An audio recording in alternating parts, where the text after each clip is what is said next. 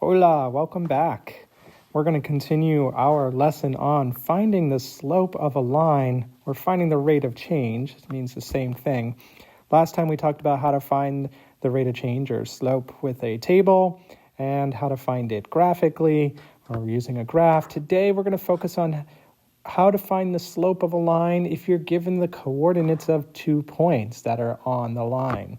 And so if we're given the coordinate of 2 points on the line, we're going to interpret the rate of change a little bit differently. It's actually more similar to what we do with a table in that we're going to find the difference of the y's and the difference of the x's, and we're going to express that as a ratio. So when I say find the difference of the y's, notice, keep in mind that I have 2 y values because I'm using 2 different points. And so the slope begins to look a little bit different.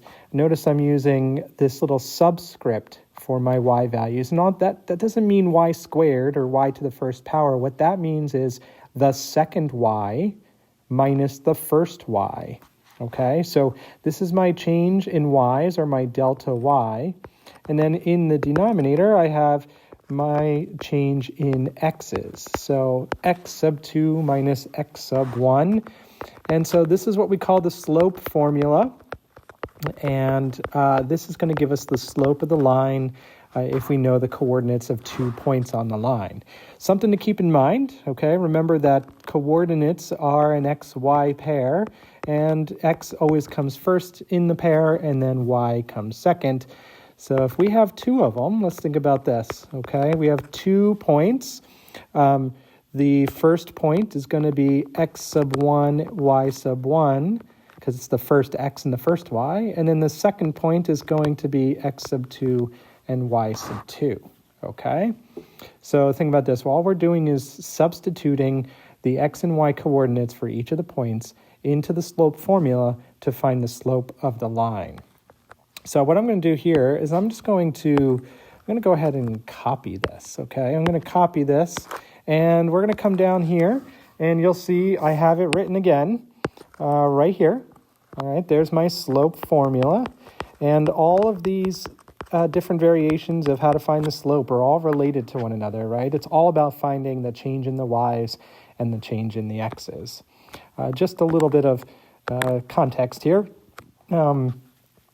Notice that I pulled this from an old code enforcement book about how to install stairs correctly in your house. And notice that the terminology we use to talk about stairs, right, is rise and run. And then we have the slope of our stairs as being the ratio of the rise to the run. So I just wanted to give you a little bit of context there and notice, hey, this isn't just math class. This is actually something that people use in real life when they're doing carpentry or building homes or things like that.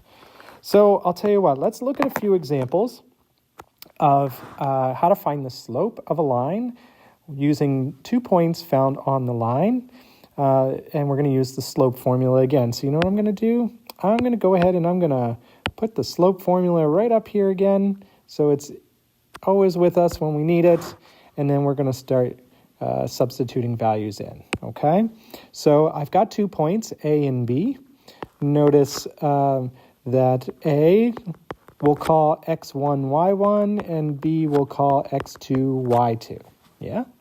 So all I need to do now is substitute my values into the slope formula. And so it kind of looks like this, ready? So y sub 2 is 7 minus y sub 1, which is 5. That's my numerator. And then x sub 2 is 4 minus x sub 1, which is 3. That's my denominator. And it's just a matter of simplifying here. 7 minus 5 is 2. 4 minus 3 is 1. So if we want to simplify this when we can, the slope of the line, which contains these 2 points, is equal to 2. Pretty straightforward and pretty simple, right? Just got to remember which numbers go where. It does get a little bit more complex if you add some negative numbers in there, and then you really have to use what you know about adding and subtracting negative numbers. But I'm going to try it again, okay? And I want you to see what happens when I start introducing negative numbers into my slope formula. I'm going to go ahead and write that slope formula again. All right, there it is. And again, so this is x1, y1. This is x2, y2. Okay, let me change colors here. Let's do some purple. So it's y2, 5, minus y1. So that would be -1. Now look at what happened there. I have minus a -1. That's my numerator. And in the denominator, I have 6 minus 1. Now what happens when we subtract a negative? In the numerator, we got minus a negative. When we minus a negative, they become plus plus. Okay, so subtracting a negative is the same thing as adding a positive. And then I have 5 plus 1, which is 6. And in the denominator, I have 6 minus 1, which is 5. So take a look. My slope of this line is 6/5. 6/5. Let's do one more. Okay, one more time. I'll put the slope formula up at the top.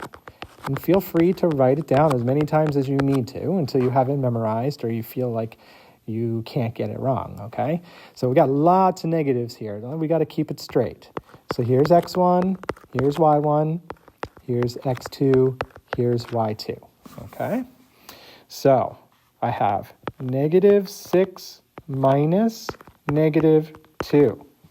-6 minus -2 over -3 minus -1.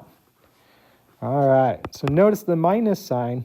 The minus sign always stays the same in each of those. It's always going to be minus whatever that second value is. Now, we see lots of plus pluses here, don't we? Look, it's -6 minus -2, so this becomes plus plus. And then on the bottom, we have -3 minus -1, so that minus minus becomes plus plus. Let's go ahead and just add. So -6 plus 2. -6 plus 2 is -4. And on the bottom, we have -3 plus 1, which is -2. A little simplifying here. We have -4 over -2. That's going to be positive, right? Because it's a negative over a negative, or negative divided by a negative. And 4 divided by 2 is 2. So the slope of this line that contains these 2 points is 2. All right, so what I'm going to have you do now is go ahead and pause this video when I'm done talking, and I want you on your lesson notes, hopefully you have those handy, I want you to fill in spaces 1, 2, and 3 with what you think are the most important things to remember when you're finding the slope of a line using the coordinates of 2 points, okay? So go ahead, think about it, pause it, write a couple things down. There's no right or wrong answer here, and then you can start the video back up again. Okay, so hopefully you've written something down in those spaces, 1, 2, and 3. There's one last thing I want to talk about today, and that is those special lines, right? Those horizontal lines and those vertical lines. Remember, when it's horizontal, it has a slope of 0, and when it's vertical, it has no slope, or sometimes we call that undefined. Now, what does that look like if you are not looking at the graph, but you're looking at the coordinates of 2 points? Well, horizontal lines have no rise, right? No rise. It doesn't go up or down at all. So the change in the y values is going to be 0. We're going to notice for horizontal lines, we're going to get a fraction that's 0 over something, right? 0 over some number here. With vertical lines have no run. So this time the denominator is going to be 0. So we're going to get some number, I don't know what it's going to be, over 0. Okay, so this is 0 slope, and this is undefined slope. So if you are finding the slope using 2 points and you're using the slope formula and 0 is in the top, that's a 0 slope, that's a horizontal line.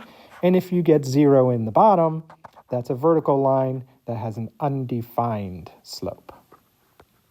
This concludes our lesson on how to find the slope of a line using the coordinates of 2 points.